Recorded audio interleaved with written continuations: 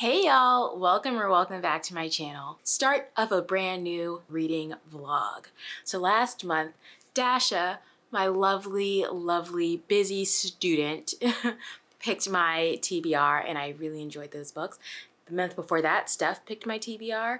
The month before that, Ray picked my TBR. And so now here we are for November to see who picked my TBR. And if you already saw the thumbnail, then you know that it was Jess Owens. She picked my TBR this month. I'm really excited. I'm also very surprised by the choices. Every time I do this, I am surprised by the books that people do not choose. Like for Ray, I thought that she would choose Raybearer. And then Steph, I thought she would choose Robin Hobb. Dasha, I actually did not know what Dasha would pick.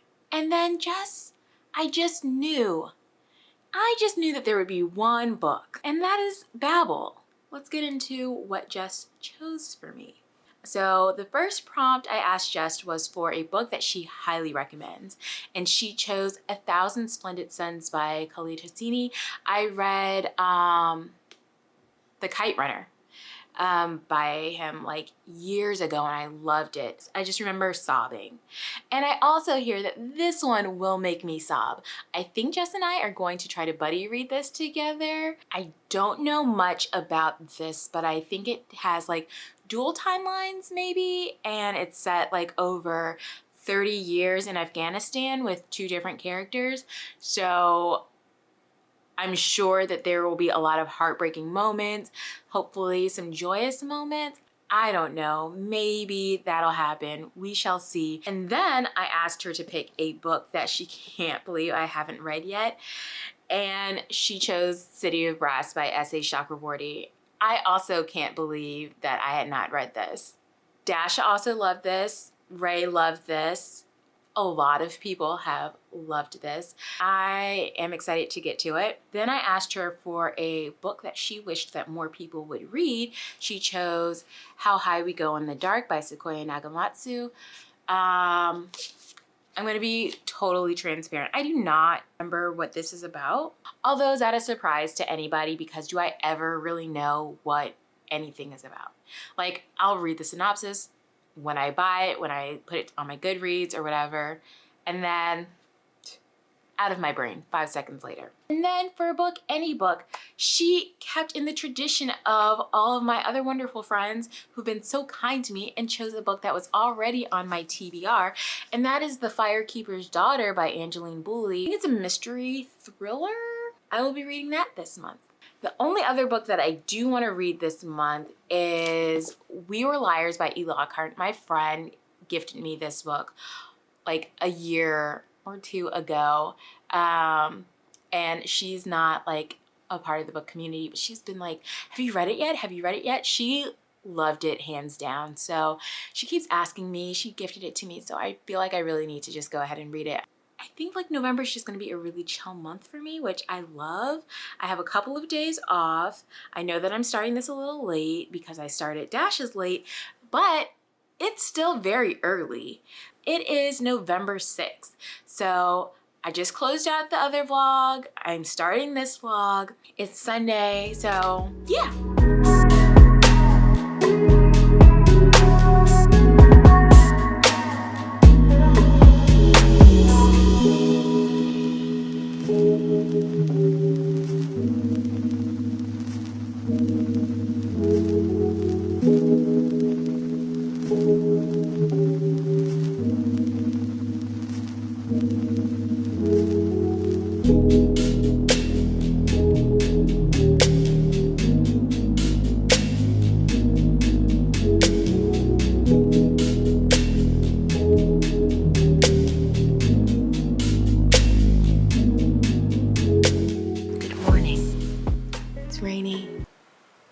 I don't know that it's cold. It's only 68 degrees. I don't plan on doing a whole lot today. I think me and Blair. Oh, I think we're just gonna snuggle and read. Oh, that's what I want to do. I haven't read in just like forever. I know, right, Lammy? So I think that's what we're gonna do today. Update. that I have read 17 pages. I really thought that I was going to be in bed all day and read, and that's just not what happened. That's not what happened at all. I started reading and then I was like, Twitter, TikTok, nap. And the next thing you know, it is 9 o'clock. And I was thinking, you know what would really help me with getting this done? Sprints. And guess what I found? Bree doing sprints. Now, is she in the beginning of a sprint? I don't know. Or did I come in the middle of a sprint?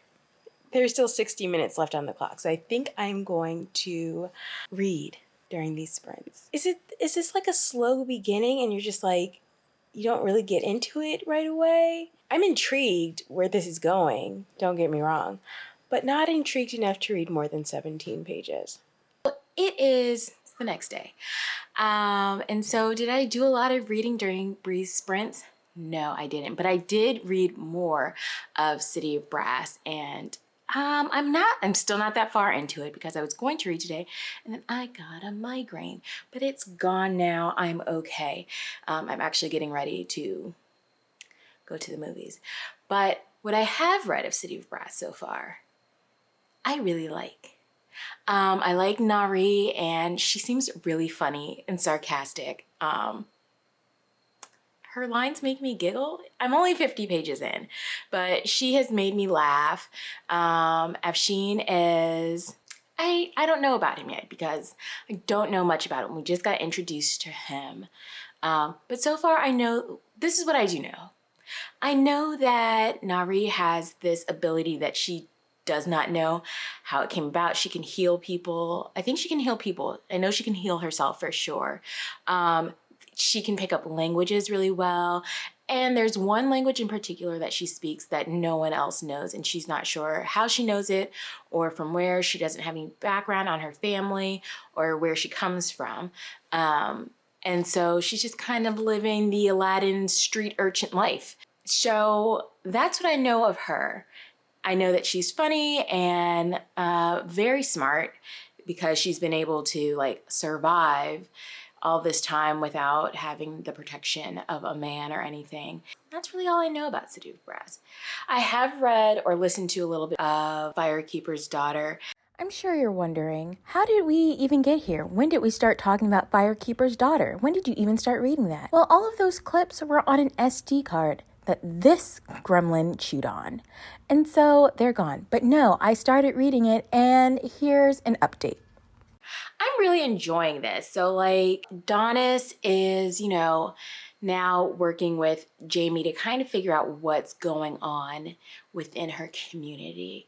She's still navigating her grief, which I don't know what it is, but like books that explore grief really do it for me. Like this isn't the main, this is not the main aspect of this book, like the grief that she has over the loss of people in her life, but like the way that she talks about it, and she even talks about like tenses, like how you have to talk about people as they were, not as they are, because they are no longer with us, and like that switch is hard and it's kind of jarring at times. I'm like, I understand this.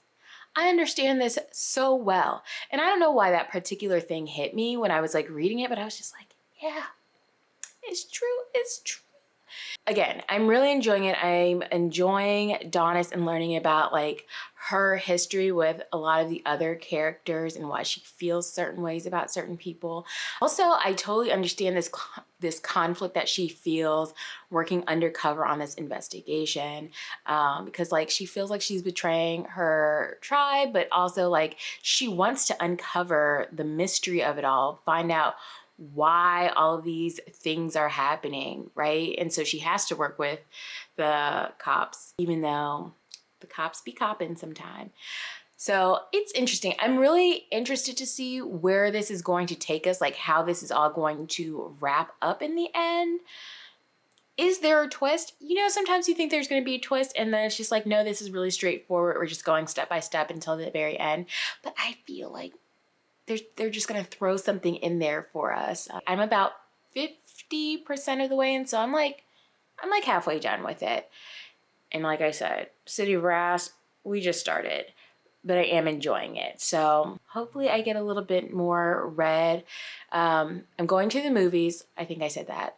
So I'm going to go see Wakanda Forever tonight.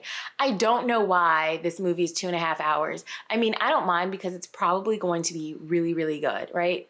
Not probably. It is going to be really, really good. But like, do y'all miss when movies used to be like 90 minutes? I miss that sometimes. But I'm going to go to that. We are going to come back and read. Don't hold me to that. I'll see you later. Ignore the mess behind me. And nobody besides me cares. But look how perfect. The red, white, and blue in the shoes, and the pink, and the handle, and the bag. First of all, favorite bag. And this just came together, so I love this for me. Alright, so I'm walking.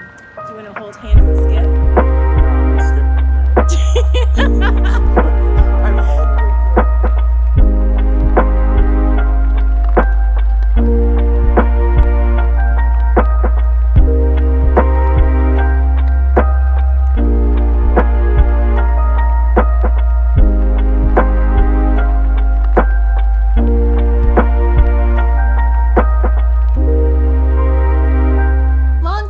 No see. I realize I have not really been updating you guys on what I've been reading. It's like mid-November and I've been reading, but like not quickly. So I did start Firekeeper's Daughter. I also started City of Brass. I've been listening to this one mostly on audio, but I have been reading it a little bit. And this one I've just been reading. I'm actually almost done with Firekeeper's Daughter, and I am having a really good time. I don't know what I actually thought that this was going to be about when I read it, and you know, you would think I would know, but I don't read the synopsis of stuff, y'all. I will wrap this up when I'm done reading, since I'll almost be done. In fact, my plan is to put up my Christmas tree that I have here and finish reading if I can. And I have like less than 2 hours, so I should be able to get that done. I do have sprints tonight, but we'll see how this all shakes out. Anyway, I'm really liking this. I really like Donna's the main character. I just love the way that she submerges us in her culture, and like she tells us about her connections with everyone, like each individual person that she has a relationship with, and like what they mean to her, even the ones that are not here. I did know that this was like a mystery or a thriller of some kind, but I was not expecting the connections with grief to happen. I was reading this and she would just talk about things and I would just be like, oh my gosh, wow, that really hit me in a way I didn't expect. So yeah, I will talk more about this once I'm done reading this today. And then City of Brass, I'm almost halfway into this. It is kind of slow. It's not even slow in the beginning. It's almost like I just don't care enough. Or there's just like a lot of information being thrown at you between the magic system, breaking that down and trying to figure out who everyone is and what their power is and who is allied with who and who's against who. It can be confusing. The chapters with Nari are my favorite, mostly because they keep the plot moving along. She is a fun character. She's really funny, super sarcastic, and I love her dynamic with Dara. I think in another clip I mentioned I thought I was calling him Afshin. He is an Afshin, but Dara is his name. And I really, really like him. Like, in my head, I just have this beautiful man pictured, and I love him. I don't get fictional crushes. Like, it's just not, but this man, I think I might need to find the real version of him and marry him because call me. Anyway, so Nari and Dara are trying to, you know, get this to Daevabad, and because that's the place where she will be safe, they are running from, I'm not quite sure who they're running from. I mean, I know that they're running from Ifrit, which are spirits that, or Deva that rebelled. It's complicated. The whole system breakdown complicated, but there are these Devas and they were against the now rulers, and then some of the Devas were like, okay, well, we'll be put in our place, and then the other half were like, nah, fuck this. They became Ifrit and they were like, we're not bowing down to anybody, which fair. You have Nari chapters, which have her and Dara. Then you have Ali chapters, and are we supposed to like him? Because one, he seems dry as fuck and super self-righteous, and he wonders why people don't like him, and it's like, bro, because you're annoying, okay? His chapters don't really push the plot forward. I think his chapters are really meant to show you what the political landscape is in Daevabad at the moment, which factions are being treated well, which aren't. I think official title is Cade, which is head of the Royal Guard, which is like the army. So because he has these super strong religious beliefs, people think that he is going to treat one particular people better than another because he's clearly very biased. Again, I don't particularly care for his chapters because I don't particularly care for him. If I did make 5-star predictions, when I picked this up, this would have been one because people love it so much. The other books, it's hit or miss between people, but City of Brass, people talk about it so highly, and right now I just don't see it. It's giving like 3.5. Like, I'm having an enjoyable enough time where I'm like interested to see what happens. And maybe as I get further in, like I said, I'm almost halfway through, I'll like it more. Maybe something will happen. Maybe once Dara and Nari get to Daevabad and like the two kind of chapters, the two like focal points come together, it'll be something more. But until then, it's 3.5, which is not bad. There was just a point where like something pretty momentous happened to Nari, and like it just made me sad for one of the characters because I was like, I didn't know you well, but I liked you. I liked you a lot. So that was sad. And that's really what I have for City of Brass. Like I said, I'm going to start putting my tree up. I don't know how far I'll get because I've got sprints in a couple of hours, and then I have a friend coming through, but we'll see. Let's see what we can get through. Hang all the mistletoe, I'm gonna get to know you better this Christmas. And as we trim the tree, how much fun it's gonna be together this Christmas. The fireside is blazing bright, we're caroling through the night, and this Christmas will be a very special Christmas for me.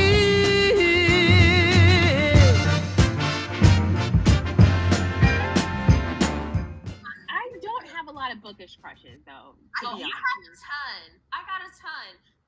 Although I have a new one. Who? So as I'm reading City of Brass, Dara is really doing it for me. Dara? I know that's right. Listen. Shauna. Let me call Shauna. Hey, good morning. How are you? I hope the answer is good. So last night I did sprints with Ray and Jess, and we ended up sprinting for 30 minutes, and that was it. And then it just chaos. Good time.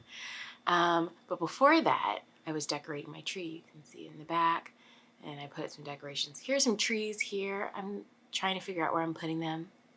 Some other decorations. I feel like I want more Christmas decorations in here. Like I want it to be a winter wonderland, but I also don't want to have to put those decorations away come January. So I'm on the fence.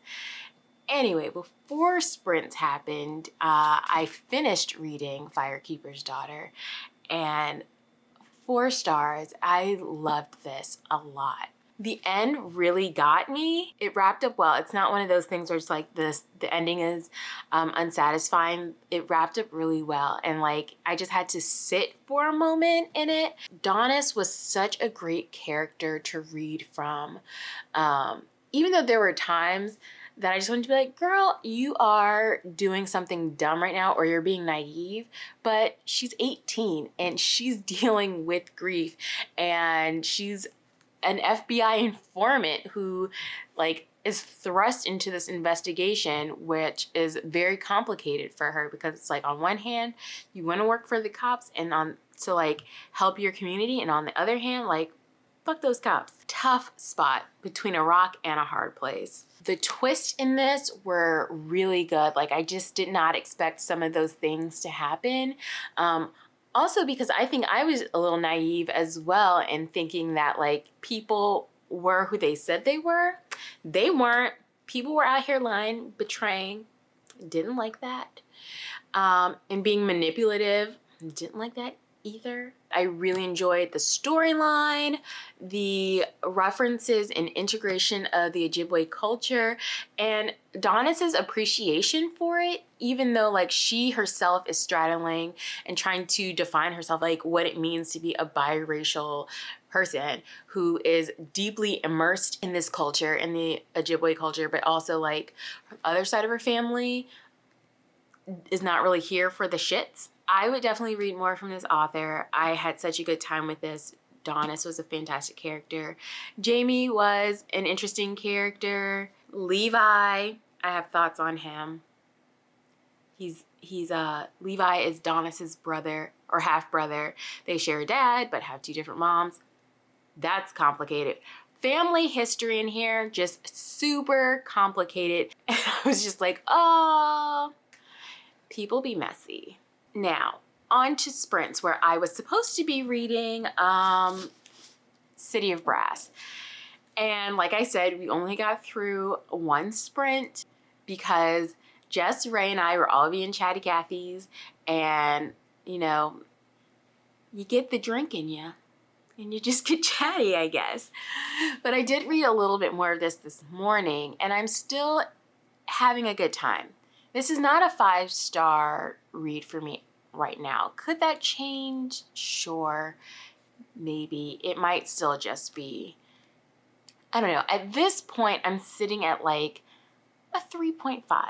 I'm about halfway through this, and so Dara is still my man. I'm Team Dara all the way. Ali is a little bitch, and he's super self-righteous and just so pious, and it's kind of grating on my nerves. Also, I think I mentioned this earlier, but his chapters are not really moving the plot forward, and it's very interesting because he is not here for devas, but his dad, the king, is like, you need to respect them as people. But then I'm just like, wait, didn't you or your family like overrun the devas years ago? So I have confusions. Also, where I am, Dara and Nari are just entering Davabad, or like they're on the boat to Davabad. And it's interesting because it's taken all of these pages here to get to that point, which I didn't mind the journey for Nari and Dara, because their relationship is really starting to develop. They're becoming very close. And so I didn't mind that, but it just felt like it took a long time to get to this point where Nari and Ali still, their paths still haven't like fully crossed yet. So it's like, okay, what's happening in the other half of this book?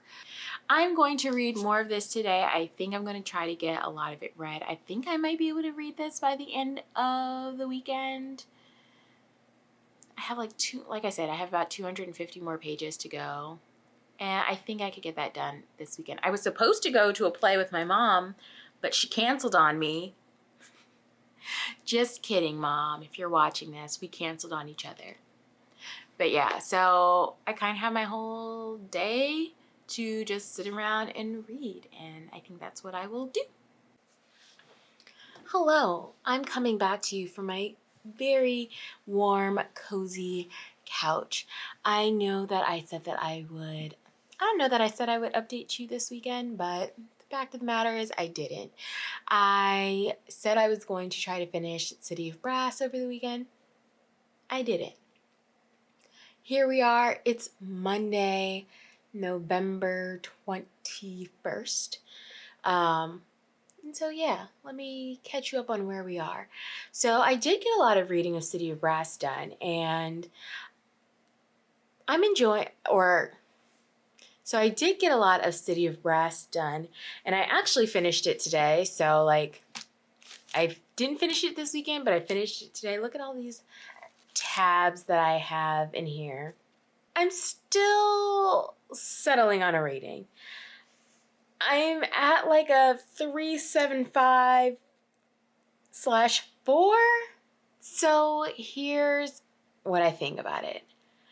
It felt, I cannot describe exactly why or what it was about the writing that made me feel on several occasions that it was YA-ish. I feel like towards the end she dropped some F-bombs in there just to remind us that it was in fact an adult book. It wasn't quite a full 5 stars for me because the beginning, very action-packed. Like the first 100 pages, there's so much happening because Nari is, trying to escape these Ifrit, and Dara comes in and just rescues her. And then in the middle, I wouldn't say that it's necessarily slow. Some people might find that it's slow, but really it's just because it's a journey. Like, it takes time. And I didn't mind that, except that I feel like it went on longer than necessary. I don't know that the last 25% of the book makes up for the first 75%. There was nothing inherently wrong with it. It was a fine story, just it wasn't like great for me. The ending though, explosive. So many questions that I have. I mean, the ending was so good that I immediately regretted for the one time in my life not having the complete series already on my shelves. I don't know why I don't own the other 2, and now I can't even jump into the next one because I don't have it. I'm so annoyed with myself. Leading up to the last 25% just kind of felt, it wasn't dragging. It was just very lackluster. I enjoyed the characters. Nari, I love her because we're learning about this world as she's learning about it. She's street smart, and she applies that, like the human world street smarts to magical world street smarts. And I think like applying those skills really helps her. Ali, I said it before, I say it again. He is a pious, self-righteous ass. Not a fan. He's not even the main character in his own chapters. His chapters solely exist to give us history, to tell us about the political landscape, or as a vehicle for other characters and their stories. Nobody cares about Ali. Not even Ali's chapters care about Ali. I enjoyed Dara. I was here for Dara from the start. When he came in and he was not with the shits, he was like, God, now I have to protect this girl that I don't even like. And he was sarcastic and just grumpy, and I loved him. And then he became a fierce protector of Nari and was like, you're not about to mess with my girl. And I especially enjoyed the relationship that they developed during their journey to Daevabad.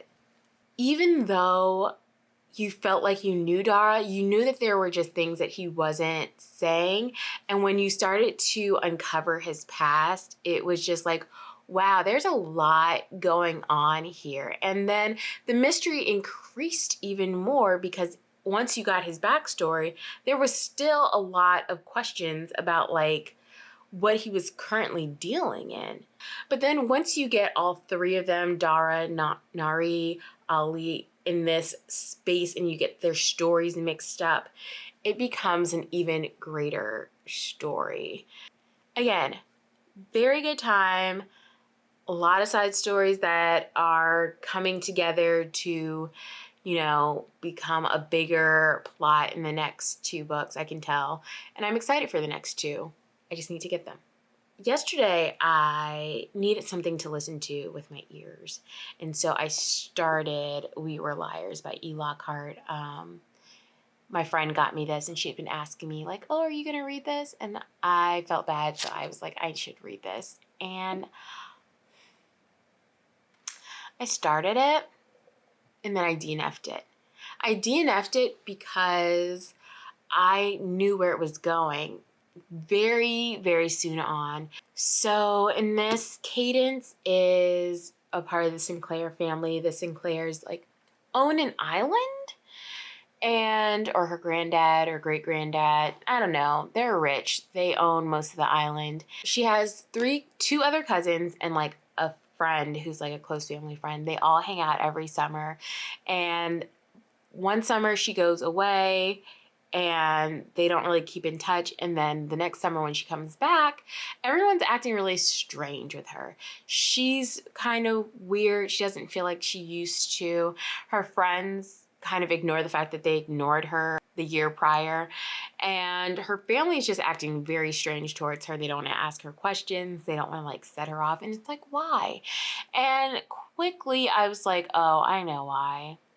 I didn't know exactly how things happened, but I could tell where it was going. It wasn't interesting enough for me to be like, well, let me figure out why, even though it was a short enough book. I didn't really care for the writing. Not that it was bad, but it was just very mid. And so I DNF'd it. But tonight I'm going to pick up A Thousand Splendid Suns. Me and Jess are going to buddy read this together. She has read this before, so it is a reread for her. This is my first time reading it, but I just know that I'm going to have lots of feelings. There's just going to be a lot of sadness. I've, one, heard this from people, and two, I just know that Khaled Hosseini just has this way of really plucking the heartstrings. So I'm excited to really get to start reading that and just to be sad. I think also, maybe not tonight, maybe tomorrow or in the coming days, I will start How High We Go in the Dark. I have the audiobook for that. So I think that's what I will be reading with my ears while I read A Thousand Splendid Suns with my eyes. Update. I am halfway done with A Thousand Splendid Suns. This is one of the fastest reads I have read in a long time. And when I mean like fast, I started this Monday. It's Wednesday. I'm halfway done. I'm more than halfway done. I really like this. I have not shed any tears yet. So am I disappointed? I don't know. Also, if Jess's goal was to make me be sad and cry, or at least just to be sad, she has succeeded. So this is about two women who are living in Afghanistan over the span of, I guess, about 30 years. So they see a lot of political upheaval and changing political landscapes in Afghanistan. It starts off with Miriam, and she is an illegitimate daughter to her father, and so like they're living on the outskirts of town. It's really sad because in the beginning she is just so enamored with her father and thinks that the world of him, and come to find out he's a piece of shit. And her mother is also not well and treats Miriam really wrongfully, especially blaming Miriam for her lot in life. And that's not true because it was that man's fault. And then so Miriam eventually gets married off to this man in another town. And that's when you start following another character, Layla. Layla, you get to see her grow up and have this friendship with this boy, Tariq. They have like this beautiful, just innocent, pure friendship that blossoms. And then there's tragedy. So much tragedy, not just in like their relationship, but also in what's happening in Afghanistan at the time. There's wars, everyone's getting killed, but women are being targeted, raped, and assaulted. This is a slow story that's told very fast paced. And I am interested right now. I'm at the point where Miriam and Layla, their paths have converged. They have become entwined in each other's lives. And I really want to see where it goes. I think we've gotten to like the 90s. So I think I'm actually going to finish this today. Honestly, I have a few errands that I need to run because tomorrow's Thanksgiving and there are just a few things I need to do. My brother put me in charge of bringing some libations and a cake. And shout out to my brother for knowing my strengths because he knew I wasn't going to cook anything.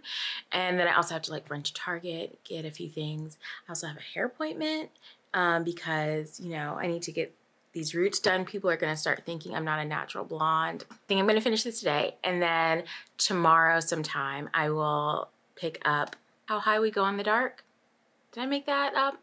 I don't know, but the book that I'm going to read next. And I think I'm going to finish all of these books before the end of November. Like, what am I going to do with myself? Read an extra book? Also, it is an exceptionally warm day considering that it's been like in the 30s the past few days. It's almost 60 degrees and I think I might go outside without a jacket. I think Jess is rubbing off on me because I always tell Jess that she needs to be wearing a jacket in these sub-zero degree weathers. And here I am going out just like this in a flannel shirt. Sleeveless thing underneath. Who am I? What am I? What's happening? I can't let Jess corrupt me and then think that cold temperatures are okay.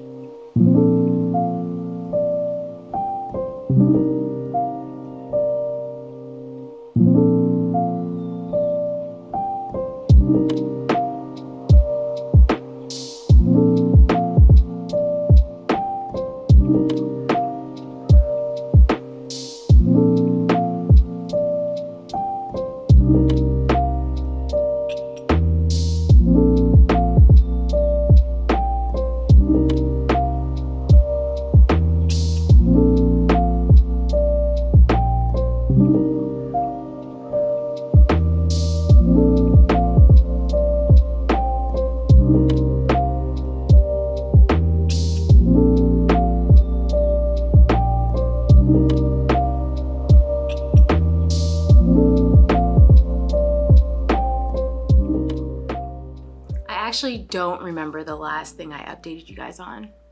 And I know I have no footage from Thanksgiving because I got there, I was hungry and I was ready to eat.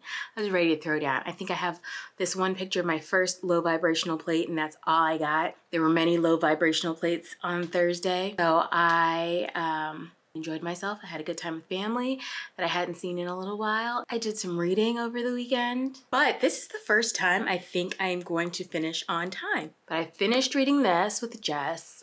This is a very character driven, as you get to see the relationship between the two women unfold and grow over time. And you get to see them grow as individual characters as well and just become either more independent or have their own thoughts, independent thoughts. Very character driven. Not a lot in terms of plot happens. A lot happens as you get to see the turnover of political leaders in this in this time span, and you just get to see like the tearing down and rebuilding of Afghanistan, neighbors who decide to leave because they don't want to be in a war-torn country, that kind of thing. I feel like at every moment I was just like, I know something bad is about to happen. Like, it would just be kind of too quiet for a second and I'd be like, I know something is happening or about to happen, and you know what? It did. I just feel like these women could not catch a break. I wanted to hug them and be like, it'll be okay, even though I didn't know if things would be okay. And it wasn't even like terrible things kept happening to them, although terrible things kept happening to them, but like other people around them, obviously they're in this war-torn country and they are just trying to live life and find some semblance of normalcy. And it's hard to do that when at any moment there could be a bomb strike, or at any moment the people who are supposed to protect you come in and try to assault you or take one of your family members or something like that. Yeah, life was just terrible all around. There were bits and pieces of joy and happiness, and you could see like they were really clinging on to those moments. I thought I was going to cry. I thought I was just going to need like mounds of tissues, but I didn't. I actually did not cry, but it was still very moving and emotional and heartbreaking. I enjoyed it. I don't know if he has other works. I need to look into that, but I would definitely read more by him. Obviously I read Kite Runner and I loved it. And then this one was really good. I think I'm gonna give this one 4 stars. So then I was like, you know what? I am going to move on to my next book, which was How High We Go in the Dark You Can't See, because I took the cover off for easier reading, but it's How High We Go in the Dark by Sequoia Nagamatsu. So this actually begins with an archaeologist going to the Arctic Circle where his daughter has passed away. She was on an expedition, and she was a part of a team that was exploring this region, and they came across a girl, I think they named her Annie, and she was like contained in the space, and she had unseen viruses that no one had seen in 30,000 years. And then all of a sudden, this virus takes hold of the world. You're seeing the beginnings, like the ground zero of this virus start, and how it spread from the people in the little expedition group to becoming an entire worldwide pandemic. I did not realize that this was a collection of short stories that were all intertwined and had the virus as the running thread between it, but it is. And so far, I'm not super far into it. I've gotten like 3 chapters or 3 stories in, and they're all really good.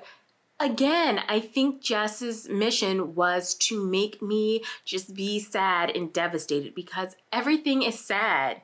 The first story is about the father who goes to the Arctic Circle. He's grieving his daughter. He's trying to figure out how to be closer to her because he's, lost her in this way, didn't really get the chance to reconcile their relationship in the way that he would want, or to like know her in the way that he wanted to.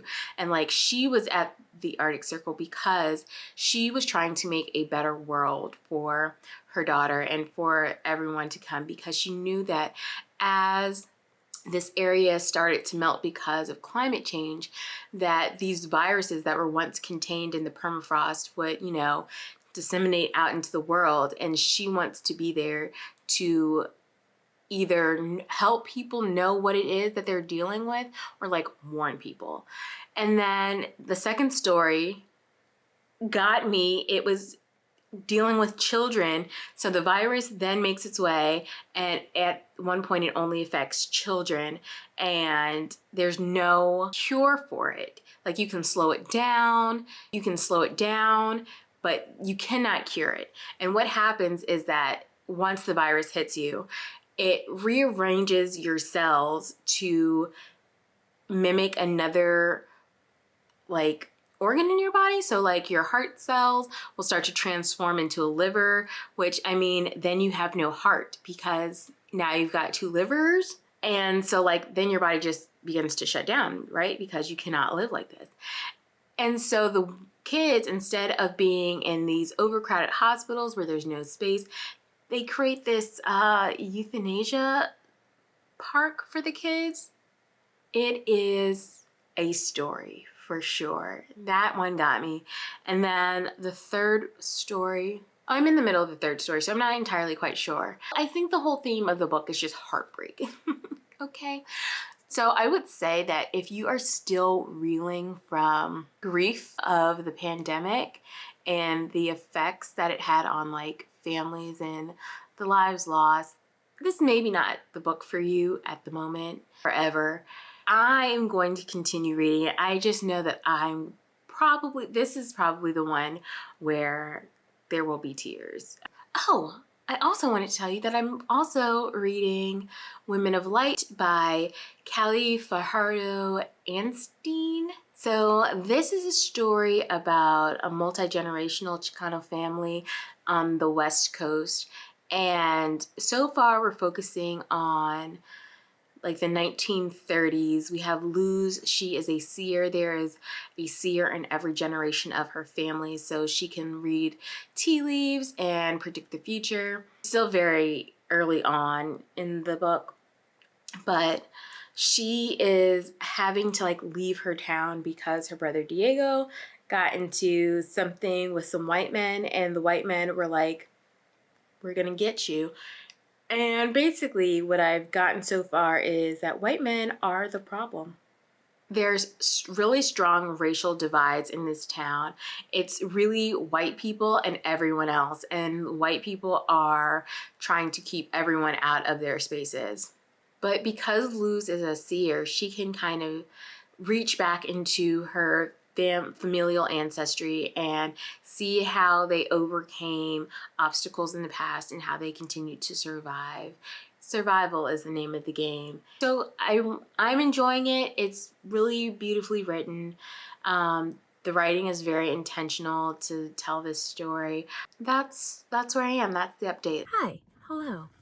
I am in my car because I'm on my way to my cousin's birthday / farewell party, and I have the time that it will take me to fill out this card to do a little update. Is it a real birthday card if you didn't fill it out in the car? So yeah, where am I? Today I actually finished Woman of Light, and it was okay. I think I'm going to end up giving it like a 3.5. It was good. I feel like the pacing just was off.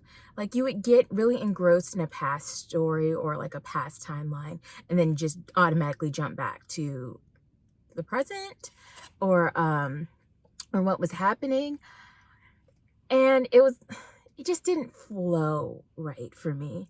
Luz was a great character. I loved like hearing it from kind of her perspective, but the other characters just didn't stand out as much, and I think that was because we were jumping back and forth so much that we didn't really get to spend a lot of time in like certain timelines. Like there was one timeline with this, I think it might have been her great-grandmother, and how she fell in love with a guy and he abandoned her, and then she fell in love with somebody else, and like the way that all of that ended was just so compelling that I just wanted more from them, and I just couldn't get it because we were just jumping back to the present. And then even while we were in the present, we would just jump from thing to thing to thing. She has a cousin, Lizette, who's very like independent, and it's like, even if I'm married, I'm still me, I'm still my own person. And like you think you're about to spend more time with Lizette and you don't, you just move on to the next thing.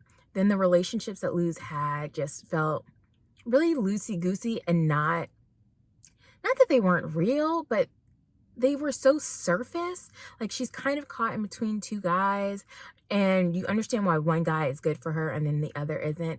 And then at the end, it just, everything unravels and you're just like, how did we get here? So that's where I am with that. Also, I'm still continuing on with How High We Go in the Dark. Brain fart. I'm really, really enjoying that. I don't read a lot of sci-fi, not because I don't like it, but I just generally don't gravitate towards it. I'm loving this so much. The storytelling, the way that there's like a common thread through each story by either a person or something that was mentioned in a previous story. It's just so great. I really want to read more by this author. I can already tell. That's my update. I'm going to finish writing this card, head into the happy hour party, and yeah. Hello, I'm back. It is actually December 1st. I am not back the next day, which would have been yesterday, but I had a good time at my cousin's party, and so I did not come back. But I did finish How High We Go in the Dark yesterday, actually, and which was perfect. The last book for the last day of the month, and I cannot believe that I read all of these books in this month and in such a short time, considering that I started late. But I don't have a whole lot more to add to what I've already said. I really, really love this. I think I'm going to end up giving this like 4.5 stars. It's a collection of short stories with the interweaving theme of like this virus that creates a global pandemic. And so you're seeing how this affects people over a period of like roughly 100 years or so, and people have different points of views. They work in different industries. The pandemic has had different impacts on them and their lives and how they just continue to move forward. I thought it was a beautiful story. It was very cohesive, and I loved how there were little like bits and pieces from other stories and like future stories, and so like you're reading and you're like, oh, they brought that back around. And then you get to the end and it's like full circle. I could not have asked for a better way to end the month, or just like a better way to end out this like vlog. I don't know what I was expecting when I got into this, because honestly, I did not really know a whole lot about it when I picked it up. I just knew that it sounded kind of interesting. And so I was just like, yeah, sure. But it became much more. There's a lot of exploration of grief and loss, and what becomes of the future. I don't know. This was the month for grief, for grief books, I guess. Do I mind? I do not. So that was How High We Go in the Dark. I'm gonna wrap all this up for us because I'm gonna give you guys the shortened summary of this whole vlog so that you don't have to sit through the whole thing if you don't have the time or don't want to. You know what I mean?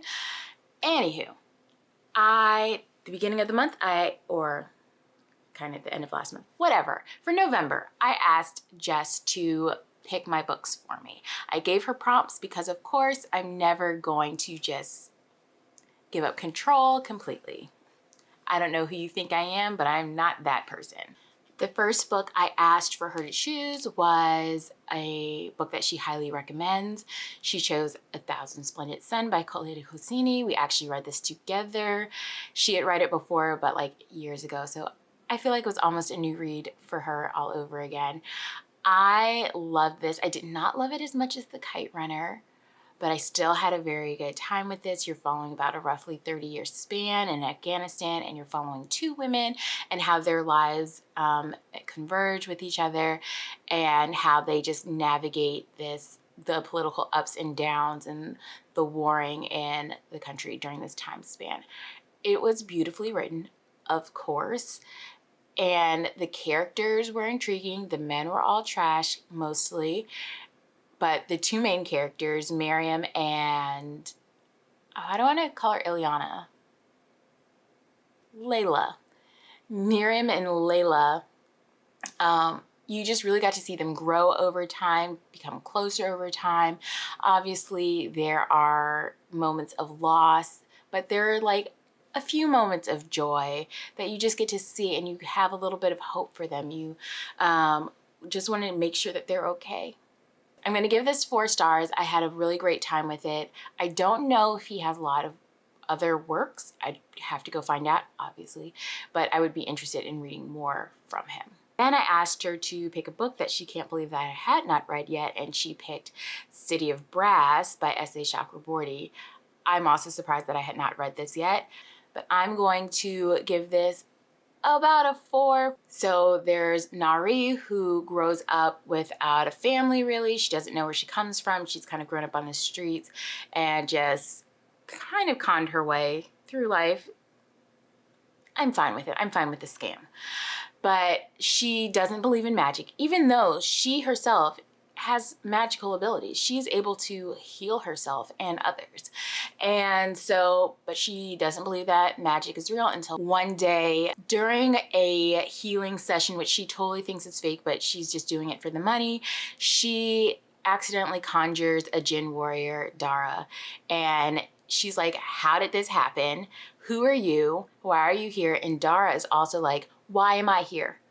And so they have to like flee Cairo. They're in Cairo. They have to flee Cairo and go on this journey to Daevabad, where Dara tells Nari she will be safe from any ills that are coming her way, that are after her. And on this journey, they get close. He becomes very protective. I love Dara. And she gets to Daevabad, and she also meets Ali, the other POV in this book. Not my favorite character. He's not even the main character in his own chapter, so clearly he's not the book's favorite character either. But he also becomes close with Nari, and he's at odds with Dara for reasons, for political reasons, religious reasons, and just a great adventure ensues. There's a journey. I love it. People would say that it's slow. I would say that it's deliberate and intentional, because you're learning about things while Nari is learning about things. And so I appreciate the time that it took.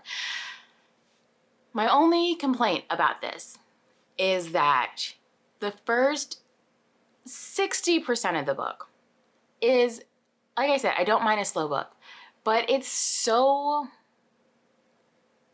little lacklustery, and I don't know that the last 40%, not even the last 40%, like truly the last 25 to 30% of the book is just explosive. It has you really at attention. And the first part of the book, you're just kind of like, it's a little confusing as you're learning about all of the different tribes and why there's all this political drama happening. And so it's a little confusing. There's a lot of information. I'm glad that there was a glossary, and I'm glad that there was like a tribe breakdown in the front and the back of the books, because I would have been lost otherwise. But the last part of this book got me so intrigued that I wanted to immediately continue the series, and I could not because I don't have the other books. So I'm hoping to fix that, get the others, and continue on with the series. Then for a book that she wishes that more people would read, she chose How High We Go in the Dark. I just kind of talked about it. I'm gonna give this 4.5 stars. Yes, that is where my heart is telling me to land. We're gonna give this 4.5 stars. It was beautiful. The writing was simple, but just so effective at telling the story of each single person that we met in the book, and just describing what it is like to live through a pandemic over a long period of time, and how it just affects your psyche, your mental and emotional and physical state, how it just really changes how you react to people and what community looks like. I just thought that it was a fantastic read. There's a virus. It has affected the world. It started in the Arctic Circle, and because of climate change, the permafrost is melting, and so the virus and other viruses that were locked in there have escaped and are wreaking havoc on the world, because we are humans and terrible and just destroy the world. And over a period of about 100 years or so, 150, you get to see like the change that people have taken, the losses that people have had because of the virus, the health issues that people have gone through, the measures for climate change that the world has tried to take on as a result of the melting permafrost. And you kind of just see like the innovation, the human innovation, when life becomes inhabitable on Earth. Where do you go? What's the next step? And I thought that was interesting to see. Like, do we just let humanity die out? Do we try to save ourselves and go somewhere else? Is there life outside of this place? I thought it was an interesting collection of stories. I would definitely read more from this author, 4.5 stars. There's one story called Pig Son.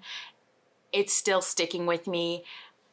Do not ask me why. There are a lot of moments that I know that I will revisit and go to, and stories that I'll go back to, and just a good time. Not a good time, but a good read. And then for a book, any book, she chose Firekeeper's Daughter by Angeline Boulley, and I'm gonna give this 4 stars too. Donis is pulled into a police investigation when tragedy strikes her hometown and the nearby Ojibwe reservation, and it comes in the form of drugs and multiple people dying from overdose, not even overdoses, just from using the drug, including her best friend. This also explores grief and how she lost her best friend, and there's several other people in the book that she lost, and she's just kind of navigating through grief while still trying to figure out how she can best help her community while feeling like she's part of the community and also on the outside of the community because she is biracial, and she is very into the Ojibwe traditions and culture, and I really love that part of the book. First of all, this was YA, so I was like, oh, okay, cool. I didn't think it was gonna hit me the way that it hit me, and it did. I don't know what's been going on with these last couple of rounds of my friends choosing my TBR, but YA is starting to do it for me. I enjoyed Donis as a character, even though there were moments I was like, you're dumb, but then I remembered she's only 18 or 19 or something. I was like, I would not have come to that conclusion at 18 or 19 either. I enjoyed seeing her relationships with her mother and her brother and other family members, how close she was with people and how people just really had each other's backs. I will say that there are trigger warnings for sexual assault, like on page, and murder, death, suicide. There's a lot happening in this book, and I don't say that to deter people from reading this, but I say that so that you know going into it what you'll find, because it can be a lot. It's heavy, but still a fantastic read. I picked up a book that not suggest, but I needed to read it for myself for reasons, and that was We Were Liars by E. Lockhart. I DNF'd this. I figured out the twist very early on, and I wasn't interested enough. The writing wasn't compelling enough. The main character was super annoying, and so I just did not care. So I DNF'd it. I forgot that I read Woman of Light by Callie Fajardo Anstein, and I'm gonna give that, I think I'm settling at like 3.25, honestly. I enjoyed. This is mostly about Luz, who lives in Denver with her aunt and brother Diego, and in like the 1930s, you spend most of your time in the 1930s, but you kind of jump back a couple of generations to see the women in Luz's family and how she got her ability for foresight, or just sight, because she can see into the past and the future. And so you see all of the women and their sacrifices that got them to this point. But in present day, Luz is having a difficult time because Diego had to leave. An angry white mob drove him out of town because reasons, and he can't really come back. And so Luz starts working for a lawyer in town that she knows. He's Greek, and he's also looked kind of down upon by the white people in town. Obviously, the white people in this place are trash, and they mostly exist just to show how bad it was for anyone who was not white at that time.